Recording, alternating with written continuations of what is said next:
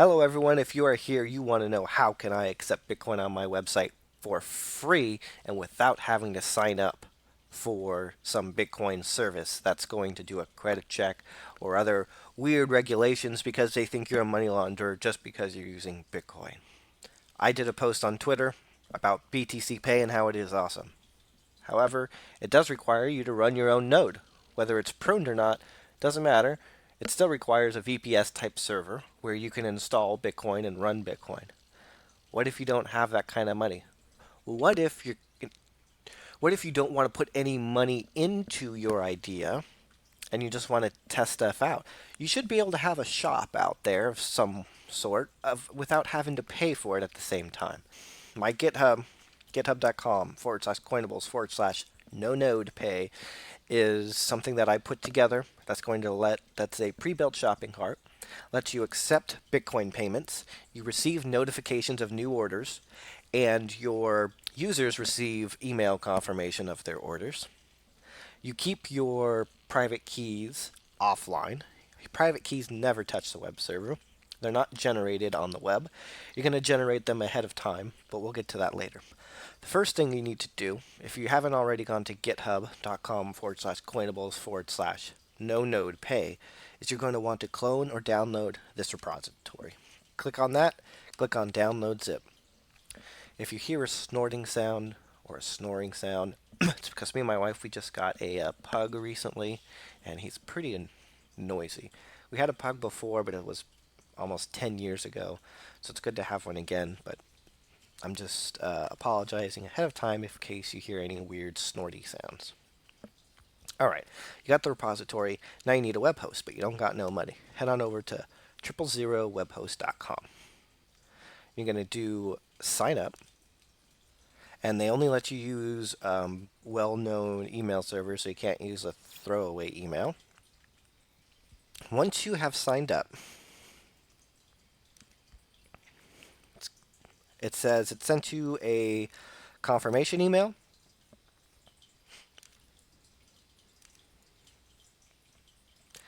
There it is. I'm going to click on it. All right, get started. Now the first thing it's going to ask you, what goal do you wish? Learn web, build online, create, blah, blah, blah. Just click skip. Then it's going to say, how experienced are you? Click on expert. Website name, optional. Go ahead and make this up. I will call it, I already used Coinables on a different one, so I can't use it again. Let me use Coinables 1. And then at this point, I'm going to open up some stuff so I don't forget it, which is the password.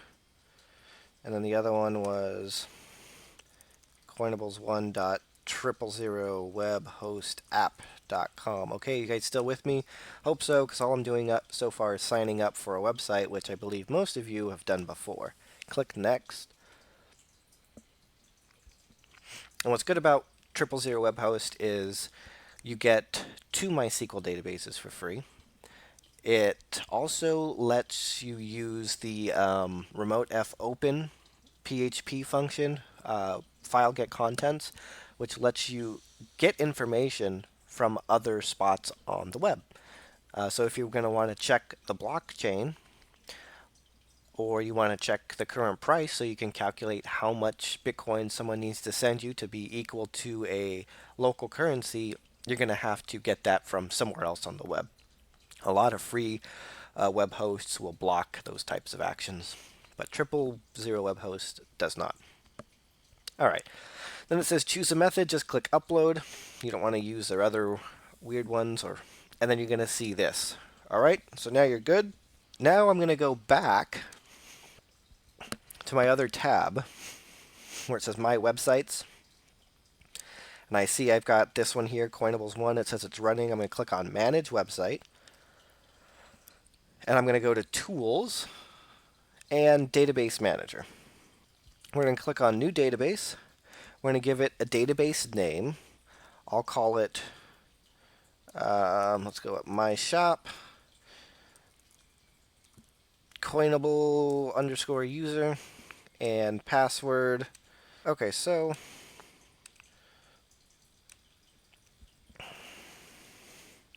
I'll just do 123 Satoshi. All right, and hit create.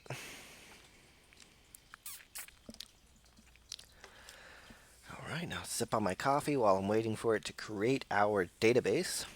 And actually, no, now that I have the actual name, I'm going to copy this to that text file. So that's my database name, my database user, and then the password's 123 Satoshi, super secure. Okay, so while that's doing that, let's open what we downloaded.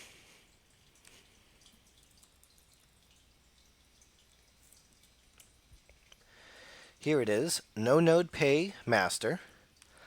I'm going to go ahead and extract all.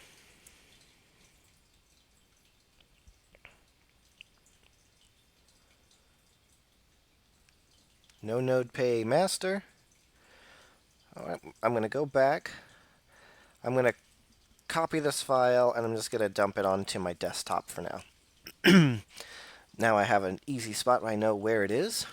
Address is here. This was here for an example. I'm going to go ahead and delete that now, because I'm going to create a different one. And what we need to do for the address generation part is when inside of the repository under the JS directory, there's a file called addresses. Go ahead, double click and open that guy. And you'll see number of addresses to generate. It defaults to 1,000, but you can do more. I would suggest maybe 2,500 or so. This is so you can be in control of your keys. You can keep them offline. And then every time you get a new order, you can give a new user an address. Every so often, you'll need to refresh these so you don't run out of addresses. Now, the plus to do it this way, instead of using hierarchical deterministic, you do not have to worry about the look-ahead gap. So look-ahead gap, so the way HD works is you've got like millions of addresses under a single key and they're derived, right?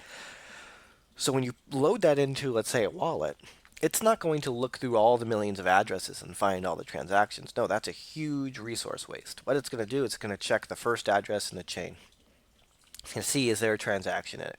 If no, it's going to check the next one in the chain. And it's going to keep doing that until it hits its gap limit. It's usually 15, 20, or 25 addresses. It's usually about 20 or less. So in a retail web shop, if you have that and you have more than 20 customers come and show to your website and maybe they go to check out and they don't finish, which is plenty, that's fine. You shouldn't expect anything from your users. So if your user goes and abandons, so be it. That's what they do. You need to be able to handle that. Some people with HD, hierarchical deterministic, they would put a timer. You have to pay it within this amount of time because they want to recycle that address and give it to somebody else. I think that just seems like a nightmare to me. Two people could end up saying, oh, I paid it. No, I paid it. Oh, you paid it late. Just give a new address to to every new user. It's not that resource intensive. So to show you, I'm going to generate, let's just do 1,000 for the sake of this video. It'll take about 30 seconds on my computer. And I'm using a Lenovo Yoga. It's maybe 2 years old. If you receive a not responding, do you want to wait from your browser? Click yes, you want to wait, because it's just generating all these addresses for you.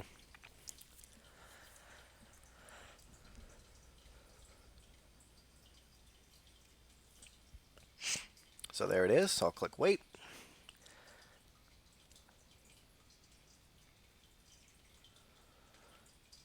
All right. So on the left, I've got my index. Middle, I've got address. I've got private key, and then I've got dispensed. What I'm going to do is I'm going to copy all of it.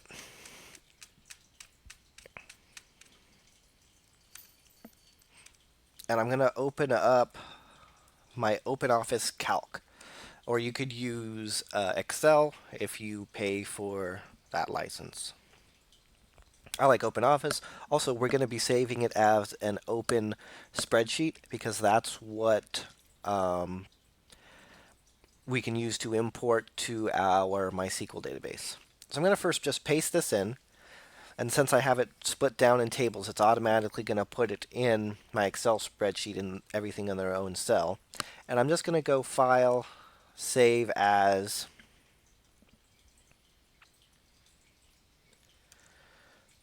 I'm going to find my folder, and I'm just going to call it Key Pairs. Now this part, you keep offline, you put on a USB stick, back it up, whatever. You're responsible for keeping your private keys. That's up to you.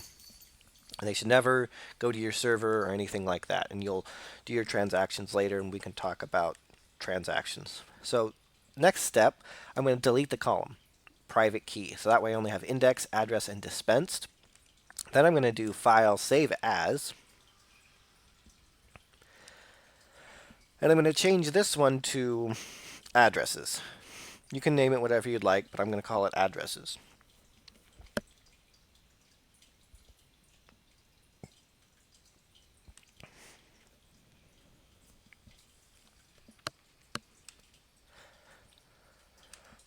All right, and now we're going to go back to the database manager area. We're going to click on manage and click on PHP My Admin.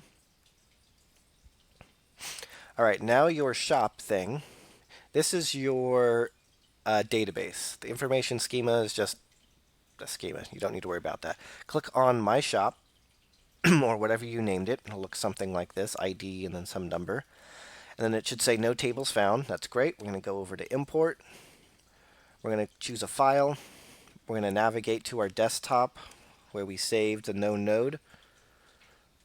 And then we're going to find the addresses document that we just saved. Don't use the addresses document that comes with the repository. That's just an example of what you need to create to import to your database. So we're going to use the one that we created. I'm going to click open, and then I'm also going to check the first line of this file contains the table column names. Then I'm going to click go.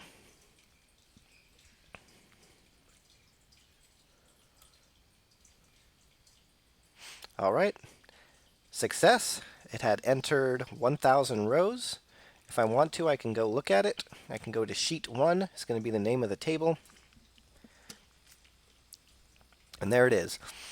This is our address pool that we're going to pull from for every new order. Cool. Let's go back.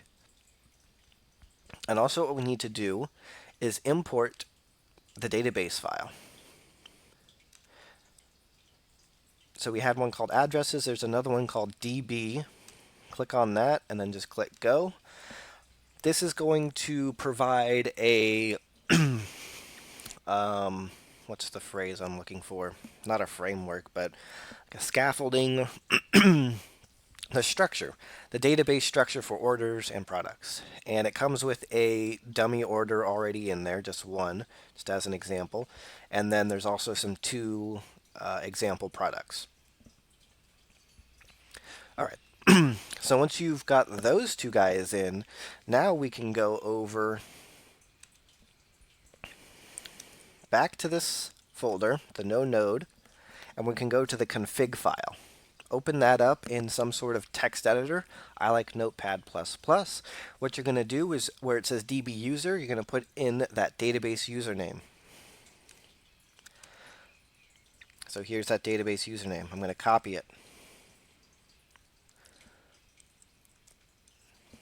I tried to copy it, but I missed. Try it again. Copy it. Paste in the user. I'm going to take the password. Yours should be much stronger. I suggest using something like 256, like a SHA-256 of something. And then the database name, I'm going to replace that. Excuse me. I'm going to leave, well, here, I'll change this to YouTube demo shop, just so you can see what I've done. Root URL.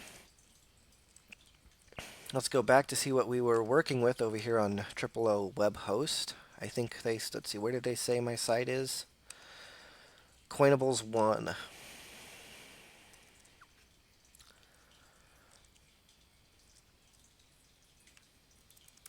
And then wherever I ended up installing it. Or, hold on.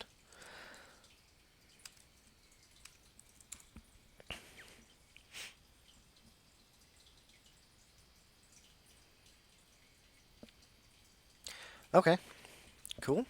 So it looks like it's ready to go. I just have to do my upload stuff. So that is my correct directory, and I'm going to put it in. Well, I'll just. Never mind. I'm going to stop talking. I was going to add a like a /store or something. And then my email, so I can get notifications of when someone places a new order. And then the admin password. You're going to want to change this. Right now I have it set to Honey Badger Bubblegum just for fun. But this is the password you're going to use to enter the admin side of your page. It's stored inside this config PHP file. Nobody else can see it on your web server. So it's safe enough to do it just like that. And that way it works for one admin user. So I'm going to save this. And then what we're going to do, you've got two options. You can do it through this thing, which is kind of a pain. I think FTP is a lot easier. Let's see. I'll go over to File Manager. Let's see if maybe this will work. There we go. Did you know that you can upload multiple with FTP? Let's do it. That's the one you want. Then it's going to give you your info that you need. I'm going to head on over. Let me disconnect and get a new one going. So my host is right here. Put that in under host. My username, Coinables1. My password, same as website password. So that was the one I saved, here?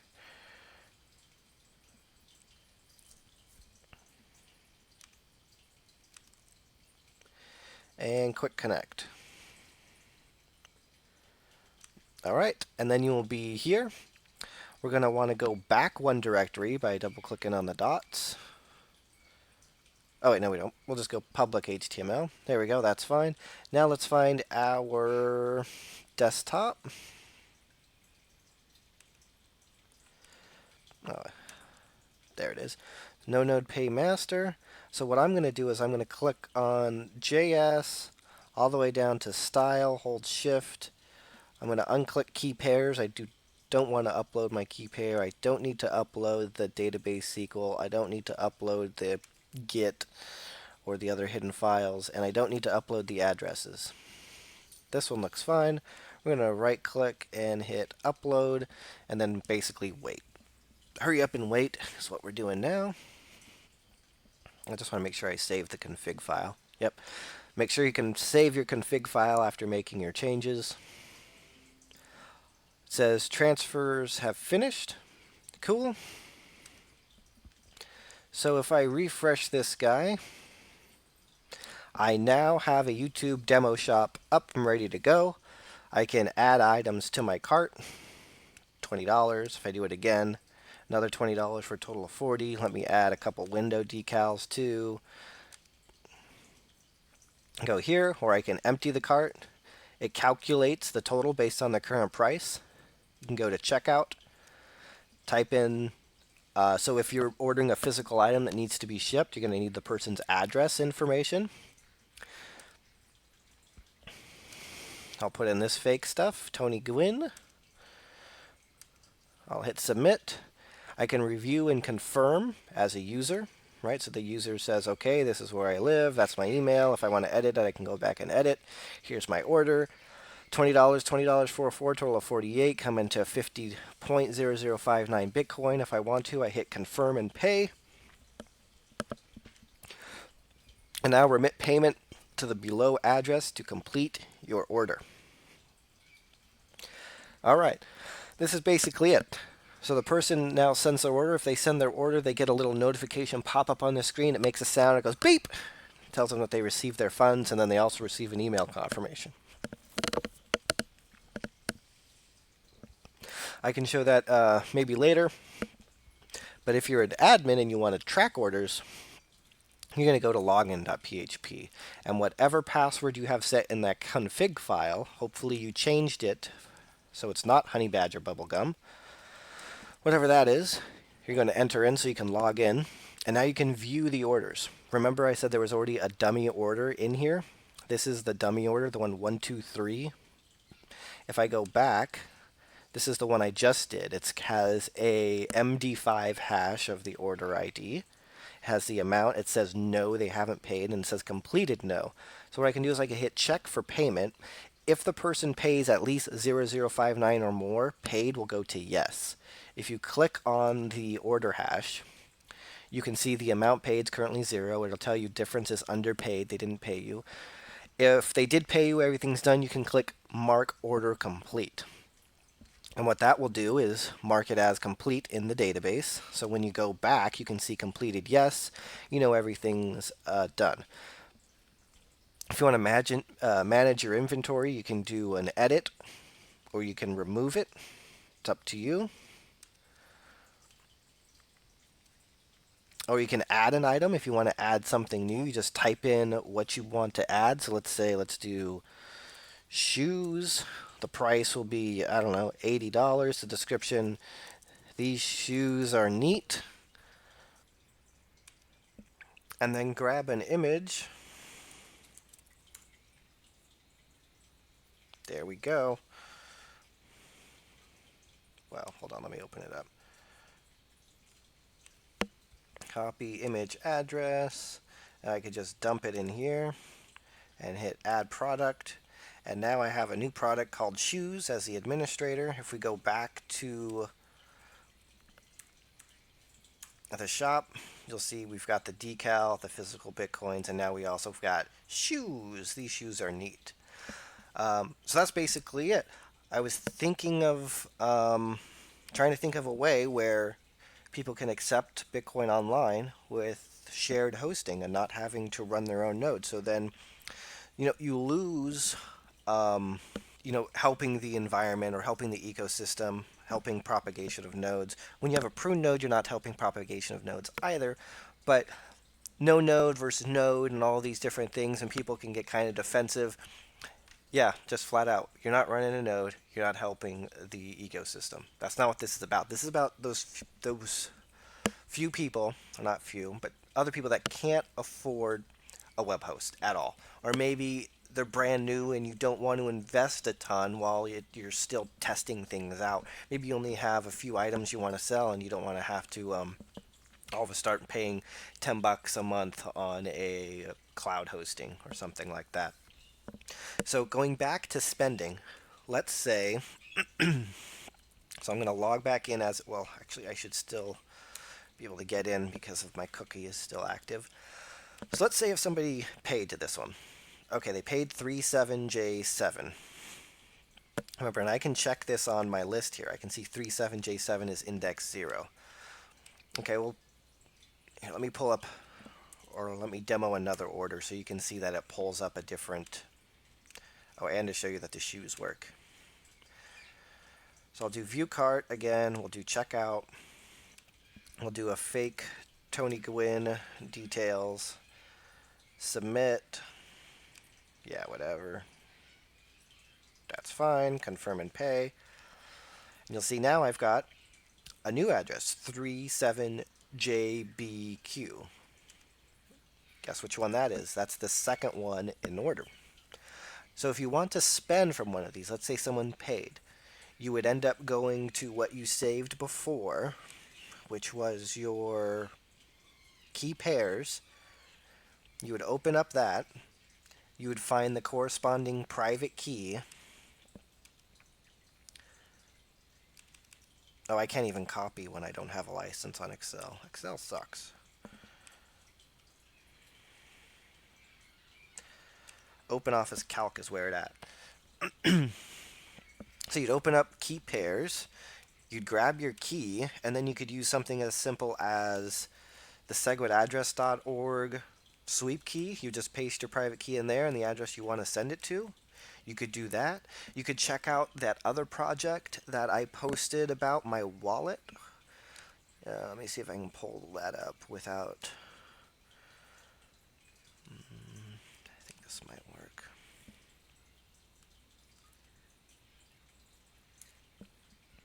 My JS wallet repository. If you wanted, you could open that up. You could go to addresses and you could import them from, so you'd go over here, you'd grab this L5MMX, paste in the private key, load from WIF. You'll see it'll load up your legacy address, the BEC32, and that 37JB, the one that showed up on our website. And I would do save a key pair, and now it would start, or you could add a note to somebody's order.